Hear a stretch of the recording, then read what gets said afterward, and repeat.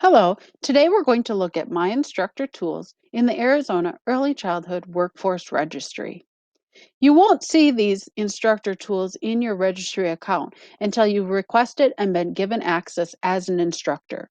Once you have, the first place you'll want to visit is your instructor profile.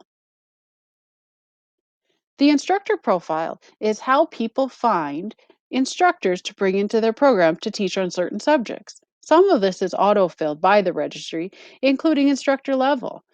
You can see, have ECE or early childhood education instructor status, as well as content specific. You'll be given access to any of the levels that you qualify to teach. There's also an email address listed so that when people look for your instructor profile, they have a way of getting in touch with you. Next, instructor summary info. This is where you'll want to put a teaching bio about yourself so people can know what you're all about. Any of the words that are included in your bio are keywords that people can search when looking at different instructor profiles.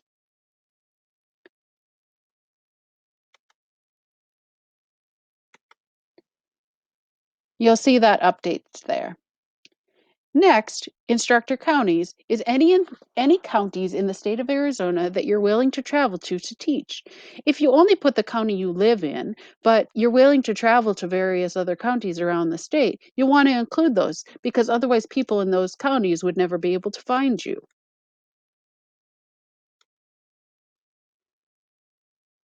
Instructor core knowledge areas are based off the Arizona Early Childhood Workforce Knowledge and Competencies.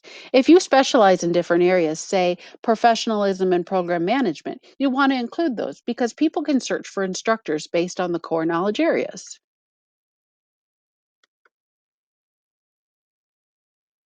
People can also search based on instructor age level. So, say you're an infant toddler specialist, you'll want to include those specific ages in your profile.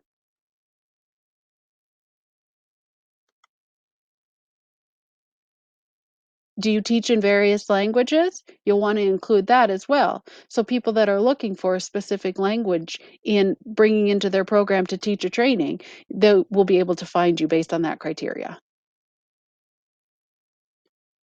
Lastly, and in my opinion, most importantly, is the instructor additional information. Do you have a train the trainer certificate or another area of specialty that you are able to teach? For example, the ages and stages questionnaire.